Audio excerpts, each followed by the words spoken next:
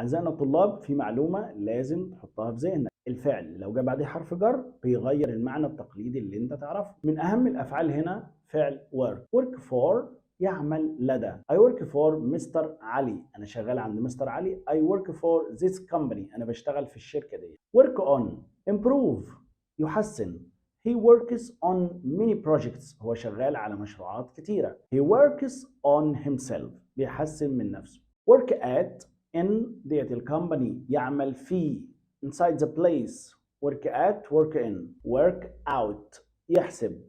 he could work out difficult numbers. work with يتعامل مع. a doctor works with patients، بيتعامل مع المرضى. work to يعمل طبقا ل. she works to a plan، هي بتشتغل طبقا لخطة. مزيد من المعلومات ومزيد من الفيديوهات على قناة مستر وليد علام على يوتيوب وعلى منصة مودرن أكاديمي EG.